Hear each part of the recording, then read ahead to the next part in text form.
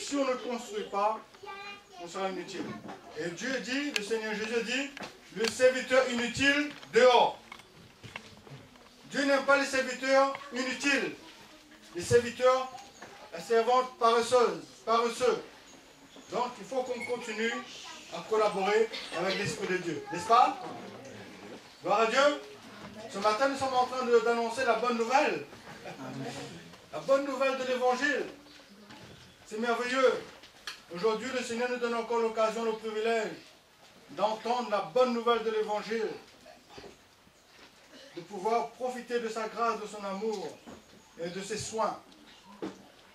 Ce matin, nous allons parler du plan central de Dieu. Amen. Amen. Nous allons voir le plan central de Dieu. On va lire pour cela un passage de l'Écriture dans Romains chapitre 1er.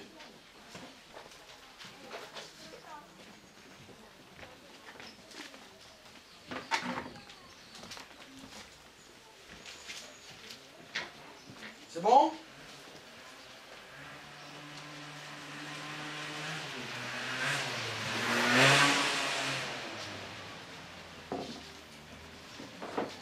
On va lire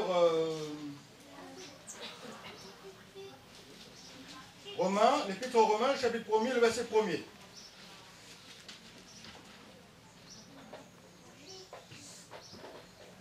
Paul, serviteur de Jésus-Christ, appelé à être apôtre, mis à part pour annoncer l'évangile de Dieu.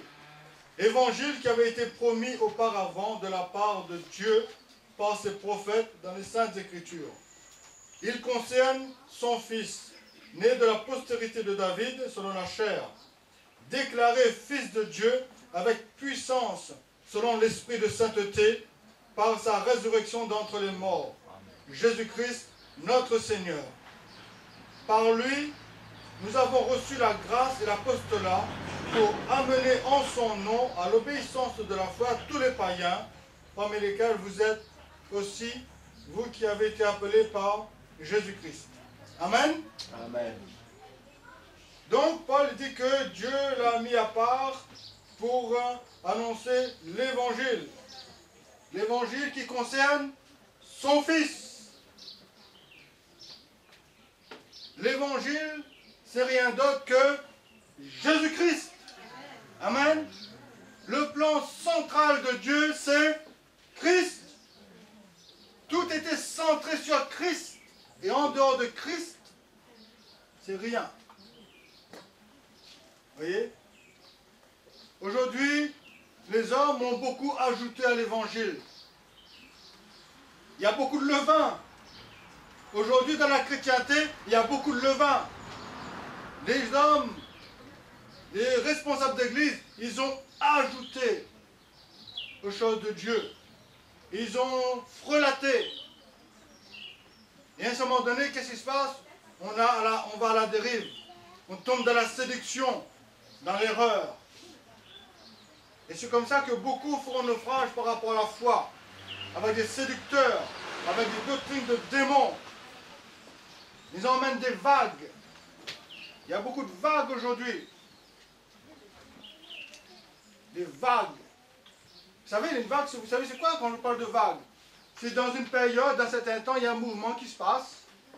À l'époque, je me souviens, il y avait le rire. Il y a une période où les gens riaient, j'entendais parler, mais moi je n'étais pas dans... Les gens avaient entendu parler. C'était une vague. Les gens riaient. Le pasteur entend pas l'évangile, tout d'un coup, l'autre il se met à rire, l'autre, hop, et après tout tombe à rire, là c'était vraiment un cafénao. C'était vraiment un désordre. Vous voyez, c'était une vague. Et là, dans toutes les assemblées qui pratiquaient ce genre de choses, ben, c'était comme ça. Là, pendant un certain temps, c'était le rire. Donc c'était une vague. Là, tout le monde, tous les chrétiens là, qui étaient dans cette vague-là, étaient contents, étaient en haut sur la vague là. Et ensuite, la vague descendait et repartait sur le rivage. On vit des vagues comme ça. Et là, on attend la nouvelle vague.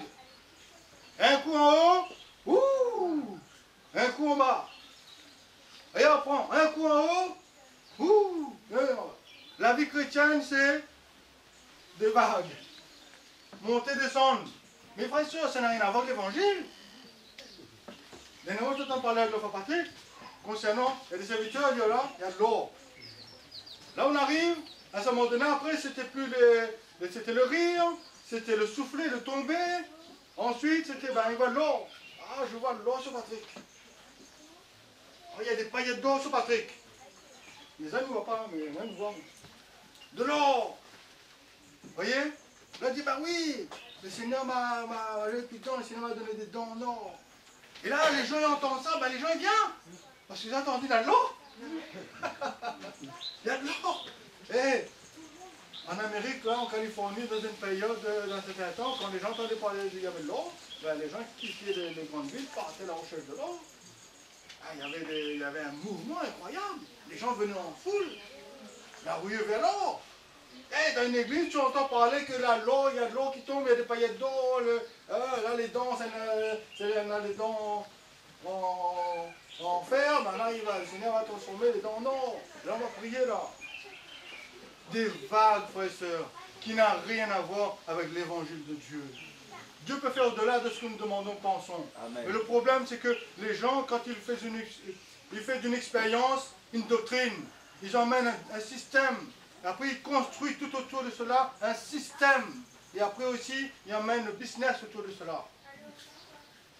La parole de Dieu nous parle du plan central de Dieu qui est Christ. N'est-ce pas? Aujourd'hui, nous avons parlé dernièrement concernant la fondation de l'Église. L'Église a une fondation qui est Christ.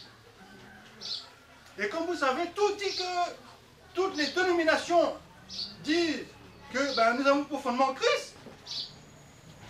Ben, nous, c'est Christ, nous sommes baptisés sur Christ. Mais entre nous, entre eux, ils ne s'entendent pas. Ils ne peuvent pas se sentir. Ils n'ont pas d'amour, ils se critiquent.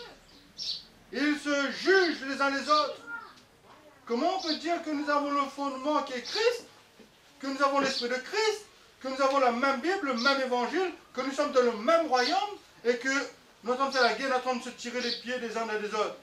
Il faut revoir. La fondation Christ. Mais le problème c'est le terrain, comme nous avons dit dernièrement. Le terrain, c'est pas bon. La fondation, on l'a mis sur un mauvais terrain, comme dit Witness. Parce que chacun a son terrain. Et c'est comme ça qu'on ne peut pas s'entendre. Patrick a son terrain. Notre barrière là. Il y a une clôture en bas, en haut, il y a une clôture en bas. Il y a une clôture devant, il y a une clôture derrière. Ça c'est le terrain de Patrick Rabadon. Et personne ne peut mettre ses pieds sans. C'est comme ça. Dans le naturel, c'est normal. Parce que sinon on fait n'importe quoi. Mais dans le spirituel, la parole de Dieu de Christ n'est pas divisée. Christ est tout en tous. Nous avons tous été transportés dans le royaume du Fils de son amour. Il y a un seul Seigneur, un seul Esprit, une seule vocation, un seul Dieu, un seul baptême, une seule foi. Comment ça se fait qu'il y a ce Capharnaüm? Capharnaüm. Hein? Comment cela? Parce que les gens, ils ont pris les choses d'à côté de Christ, ils ont ajouté aux choses de Dieu. Vous voyez? Et la parole de Dieu dit qu'il y a même des faux docteurs qui vont enseigner les doctrines de démons. Compris. J'ai pour fondation Christ. Ah Seigneur, tu sais, j'ai prophétisé par ton nom. Seigneur, tu sais, j'ai chassé beaucoup de démons par ton nom. Seigneur, nous avons fait beaucoup de choses par ton nom. Qu'est-ce que le Seigneur a dit? Je vous ai jamais connus, frères et sœurs. C'est pas parce qu'on utilise le nom du Seigneur que le Seigneur nous connaît. On peut utiliser le nom du Seigneur. Dernièrement, j'entends dire à quelqu'un, lui dis que toi c'est fini. Tu as renié le Seigneur par tes œuvres. La foi sans les œuvres est morte. Tu dis que tu as la foi, mais tes œuvres démontrent le contraire. Tu es un païen déguisé. Parce que tes œuvres montrent qui tu es. Il dit, au nom de Jésus, je rejette ça. Il dit, tu n'as pas le pouvoir de rejeter ça. Il dit, tu n'as pas le pouvoir de rejeter ça. Parce que la réalité qui est en toi, c'est ça qui fait ta force. Si Christ est en toi, tu vis comme cela, ok. Tu as Christ en toi, ok. Mais quand tu es en train de vivre avec le compromis, dans le péché, dans le mensonge, dans la duplicité, dans l'adultère, quand tu dis au nom de Jésus, le Seigneur, il n'entend pas ça. Le Seigneur entend ceux qui lui sont agréables. Amen. Il dit, tu n'as pas le pouvoir de renoncer, de dire ça.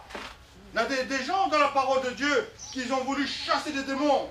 Il dit, au nom de Jésus que Paul prêche, sors de cet homme. Ils sont sortis, corrigés. Le démon a dit, nous connaissons Paul et nous connaissons Jésus. Mais toi, qui es-tu? Correction. Au nom de Jésus, à quoi le nom de Jésus? Tu dis, Seigneur, je ne vous ai jamais connu. Frères et sœurs, pourquoi? Parce que la vie n'est pas bâtie sur Christ. Le plan de Dieu, le plan central, nous savons que Dieu a un plan arrêté, n'est-ce pas? Que le plan de Dieu était conçu de la préscience. Tout était accompli. Tout le plan de Dieu a été accompli dans la préscience. C'est pour cela que le plan de Dieu est infaillible. Même le diable, même Satan, Dieu l'utilise pour accomplir sa volonté, son plan. Et Dieu dit à Pharaon, Pharaon, je t'ai suscité à dessein pour montrer en toi ma puissance. Pharaon n'était pas là par hasard. Pharaon était là parce que Dieu l'a permis. Et nous savons que Pharaon représente Satan. Et que l'Égypte représente le monde. Vous voyez? Donc c'est important pour nous, frères et sœurs, de ne pas courir à côté des choses de Dieu. De ne pas vouloir seulement les cadeaux. De ne pas vouloir les accessoires. Mais d'avoir la chose essentielle qui est Christ. Amen. Parce que c'est Christ qui est important. Aujourd'hui, nous prêchons, il y a des dénominations. Il y a des dénominations qui prêchent. Il y en a un peu qui prêchent à Pentecôte. Il y en a un peu qui prêchent la croix. La croix, la croix, la croix. Le baptême. Le quoi encore? Le charismatique. Il faut adorer Dieu comme ça, comme ça, comme ça. Mes frères et sœurs, la croix, si nous prêchons la croix, vous connaissez, on peut prendre la croix, après chaque Dieu, nous prêchons la croix, nous. Mais ça devient une dénomination. Parce que là, nous sommes en train de rentrer dans une dénomination. Nous ne sommes pas en train de prêcher Christ, nous, là, la croix. Parce que le but de Dieu, c'est la croix, elle est là pour emmener l'homme à être réconcilié avec Dieu. Mais le but de l'homme, c'est pas le but de Dieu, c'est pas la croix. Le but de Dieu, c'est Christ. Amen. L'apôtre Paul dit Christ en nous, l'espérance de la gloire. N'est-ce pas? L'évangile qui concerne son Fils. C'est important, frères et sœurs. L'apôtre Paul a dit que moi, j'étais crucifié. Et si je vis maintenant, ce n'est plus moi qui vis, c'est Christ qui vit en moi. Jésus a dit un jour, si le grain de blé ne tombe en terre, s'il ne meurt, il reste seul. Mais s'il meurt, il porte beaucoup de fruits. Le but de l'évangile, le but d'être un chrétien, ce n'est pas venir écouter un message, ni recevoir quelques bénédictions de la part du Seigneur. Le but de Dieu, c'est que nous vivons Christ. Ce grain de blé est tombé dans la terre il y a 2000 ans de cela. Et ce grain de blé, quand il a poussé, il a reproduit beaucoup de grains semblables à lui. Nous sommes la reproduction de Christ. Alléluia. Alléluia. Nous sommes la reproduction de Christ, frères et sœurs. Nous sommes des chrétiens. C'est pas vivre une vague. C'est pas vivre tomber, lever, tomber, lever. La vie ne change pas. On parle de grandes choses, on parle de grands mystères. L'apôtre Paul a dit, je peux connaître tous les mystères. Si je n'ai pas l'amour, je suis un airain qui résonne, une cymbale qui retentit. On peut connaître beaucoup de choses, mais si on passe à côté de l'essentiel, l'apôtre Paul dit, je peux même donner tous mes biens brûlés. Je peux donner tous mes biens, mon corps brûlé. Mais si je n'ai pas l'amour, zéro.